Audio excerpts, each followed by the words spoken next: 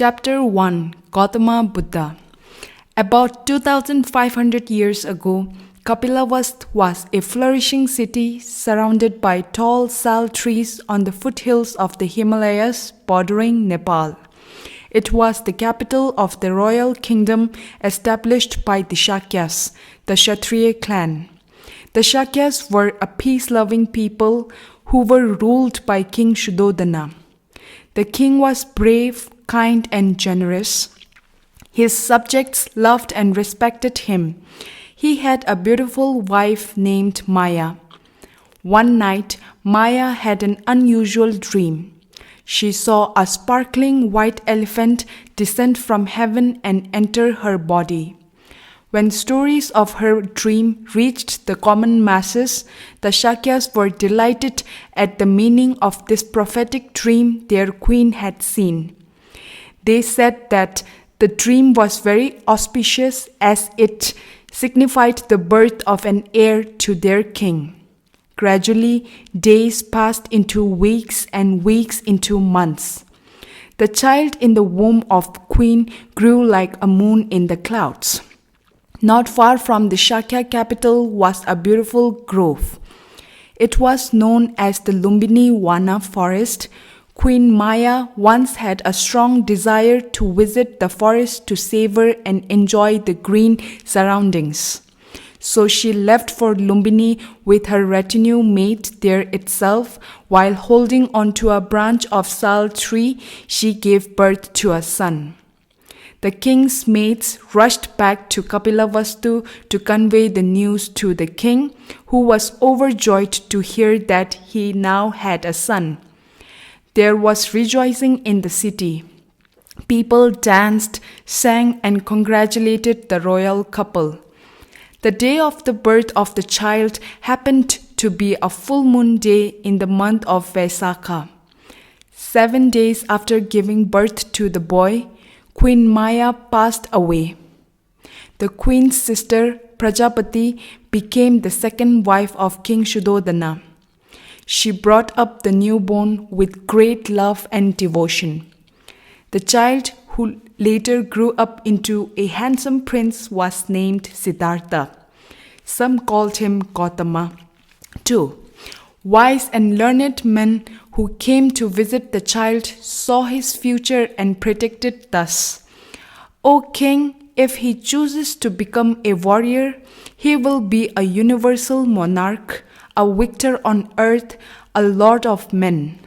Great rulers would wait on him with folded hands.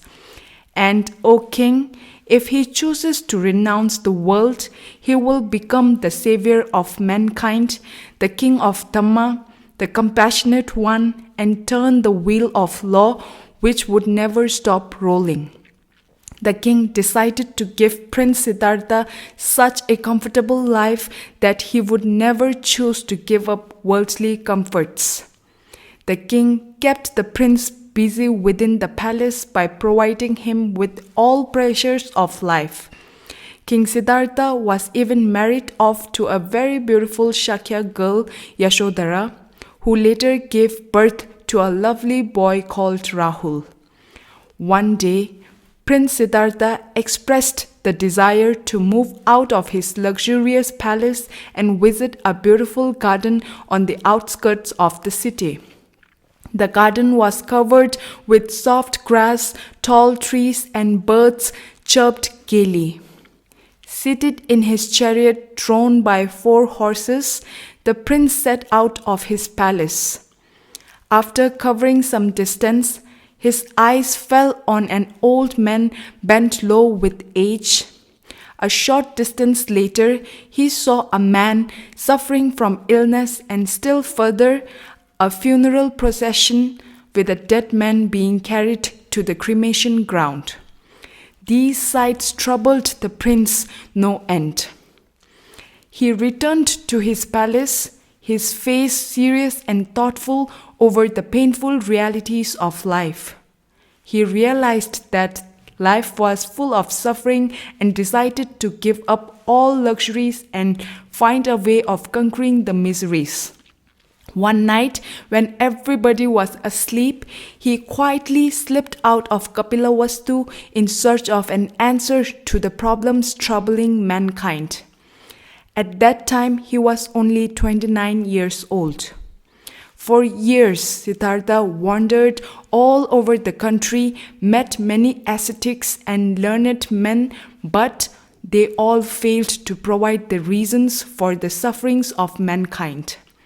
Ultimately, he went and sat under a Bodhi tree that stood on the bank of river Niranjana near Gaya and entered into deep meditation.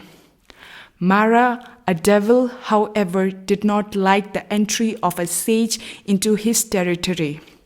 He and his beautiful daughters, led by an army of fierce-looking demons, attacked Prince Siddhartha when he sat meditating under a Bodhi tree. They tried all kinds of tricks to entice and disturb his concentration, but failed. One day, which again happened to be a full moon day of Vaisakha, Prince Siddhartha found his mind filled with the light of knowledge. In this enlightened state, he came to be known as the Gautama Buddha. On completion of his meditation, the Buddha left for Sera near Kashi and delivered his first sermon to a team of 5 Brahmins. He said, "Life is painful. Craving for worldly things is its cause. Suffering and pain can be conquered. For this, man is required to follow the Noble Eightfold Path: right views, right intention, right speech, right action, right livelihood, right efforts, right mindfulness, and right concentration." After hearing the Buddha's sermon, the 5 Brahmins were so impressed that they requested him to accept them as his disciples. He willingly agreed. Buddha's life thereafter became one of moving from one place to another and teaching his tenets to the masses. He would stop and rest during the rainy season. Thousands of people joined his Sangha to become his followers. During his wanderings, he went to his parental town Kapilavastu, where he was witness to a tearful and emotional reunion with his family. Buddha's son Rahul too decided to join the Sangha. It was not that Buddha's path was smooth or easy. On the contrary, many people opposed him and his Dhamma. The chief among them was his cousin Devadatta, who made several attempts on the Buddha's life to kill him but could not succeed. Once he even let loose a rouge elephant on the Buddha when he was walking on the streets of Rajagira. With a great roar, the mighty elephant charged in the direction of the Buddha, but as soon as his eyes fell on the master, he calmed down and bent his head low in shame. Time passed and the Buddha became old, though his wanderings in search of knowledge continued. His last stop was near Vaishali, the capital of the Lichavi clan. From there, he left for Kushinagara. On the way, he accepted the hospitality of a blacksmith named Chunda. The food that he served was very rich. An aged and weak Buddha could not digest it and fell ill. Soon his end drew near. It was again the full moon day of Vaisakha. In the sal grove near Kushinagara, Buddha breathed his last at the ripe age of 89, leaving behind his parables and teachings for mankind to adopt and follow. He taught compassion and non-violence to all human beings. The tenets of his glorious Dhamma, told through stories, were later carved on stones, painted in caves, and are now a part of world heritage. Generation after generation has heard these stories, which enlighten our mind and help us become better human beings.